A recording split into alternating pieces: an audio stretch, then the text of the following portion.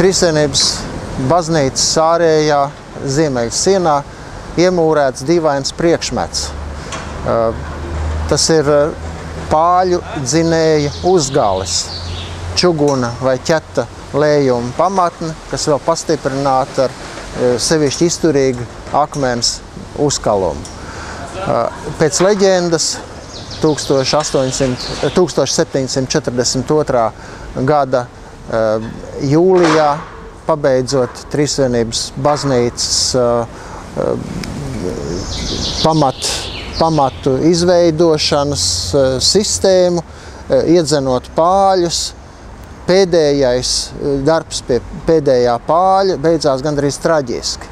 Šis pāļu uzgalis, pāļu dzīšanas uzgalis, norāvās no troses vai no striķa un iešūpojies, mainīja virzienu. Un pēc leģendas pāļdzinēja meistars knapi izglābās no nāves, jo viņam šī milzīgā masa tā kā nošvilpa gar kreiso ausi. Un tādēļ viņš ir ievietojis arī baznīcā tādu uzrakstu, kad pāļdzinis un Dievs mani sargāja, tad es arī izglābos.